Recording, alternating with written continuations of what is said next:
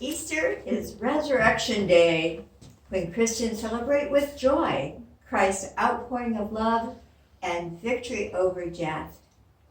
We celebrate God's extravagant love reaching out to us, his generosity. Easter is when our hearts can be stirred to also be extravagantly loving and generous in response. We recognize that many are experiencing financial hardship, and now is not the time for you to be generous. For this Easter Sunday, we have a unique way that you can give your offering. Sue and Laura are going to be at St. Andrew's Church between 11:30 and 12:30 today, waiting in the porte cochere for you to drive through and put your cash, check, offering envelopes in a bucket. And arrangements have been made for the monies to be counted and deposited today. A way you can make your donation from home is by e-transfer to Kathy at St. A.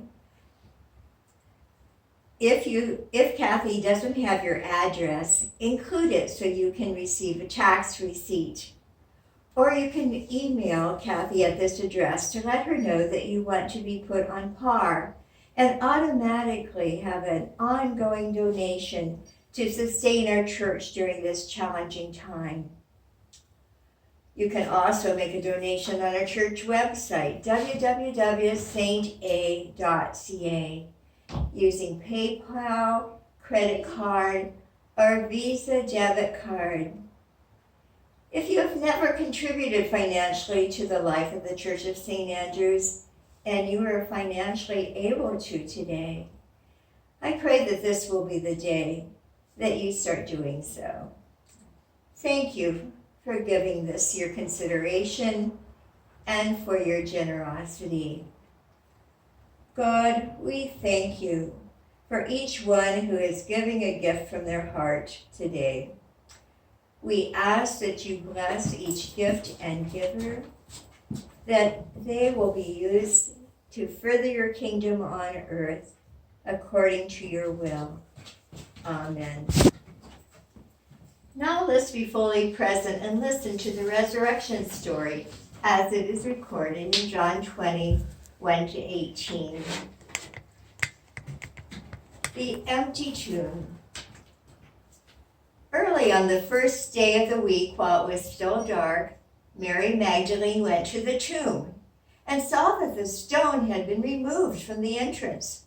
So she came running to Simon Peter and the other disciple, the one Jesus loved, and said, "They have taken the Lord out of the tomb, and we don't know where they have put him." So Peter and the other disciple started for the tomb. Both were running, but the other disciple outran Peter and reached the tomb first. He bent over and looked at the strips of linen lying there, but did not go in.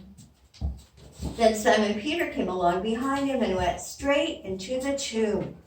He saw the strips of linen lying there, as well as the cloth that had been wrapped around Jesus' head.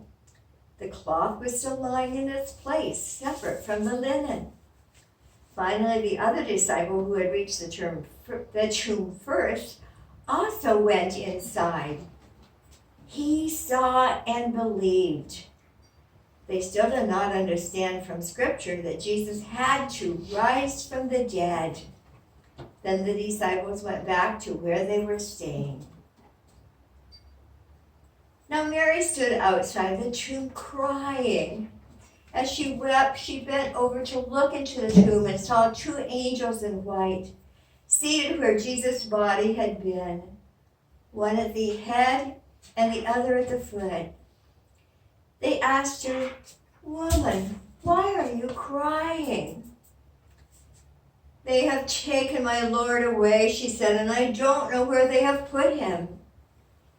At this, she turned around and saw Jesus standing there, but she did not realize that it was Jesus. He asked her, "Woman, why are you crying? Who is it you are looking for?" Thinking he was the gardener, she said, "Sir, if you have carried him away, tell me where you have put him, and I will get him." Jesus said to her, "Mary." She turned around and cried out in Aramaic, "Rabboni," which means teacher. Jesus said, "Do not hold on to me, for I have not yet ascended to the Father. Go instead to my brothers and tell them, I am ascending to my Father and your Father, to my God and your God."